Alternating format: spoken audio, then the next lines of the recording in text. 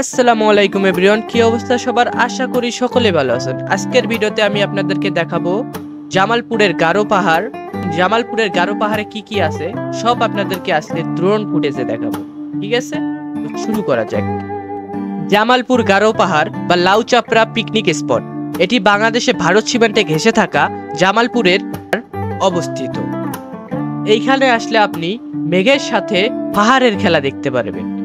এমনকি আপনি এই ওয়াচ টাওয়ারে উঠলে সময়তে সময়তে মেঘের সাথে খেলা করতে পারবেন। কিছু অংশ ভারতের আসাম রাজ্যে এবং বাংলাদেশের জামালপুরে এবং ময়মনসিংহে অবস্থিত।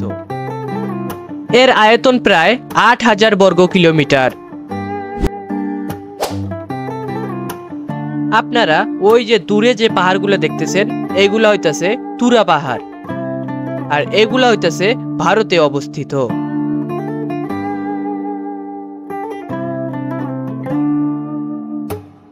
এইখানে প্রতি বছর হাজার হাজার পর্যটক ঘুরতে আসে এবং তাদের ফ্যামিলি নিয়ে তারা ঘুরে যায়।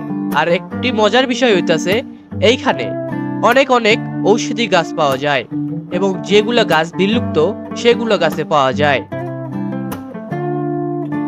এখন যে ওয়াচ টাওয়ারটি দেখতেছেন, এটি সরকারিভাবে নির্মাণ করা হয়েছে।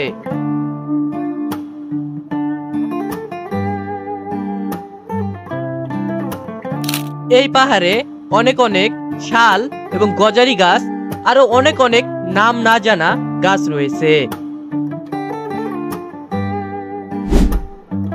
গারো পাহাড়ের কোল ঘেঁষেই রয়েছে লাউচাপড়া পিকনিক স্পট।